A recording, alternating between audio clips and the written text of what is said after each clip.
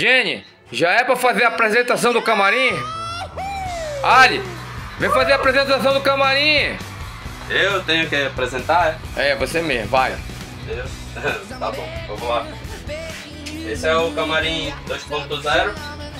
Ele tem 7 lâmpadas LED, tem um gavetão. Esse aqui, ó. Gavetão largo, pode filmar aqui dentro pra ver, ó. Ele abrange todo. Filma aqui do lado, ó. Tem corrediças largas, tá? Ela é bem larga. Trava. Aqui ao lado ele tem um botão, liga, desliga, filma aqui, ó. Filma aqui, liga, desliga, tá, ó. Liga, desliga. E é isso aí, o camarim 2.0. Ele tem 1,45 m de altura, 90 largura e 45 profundidade. Pronto.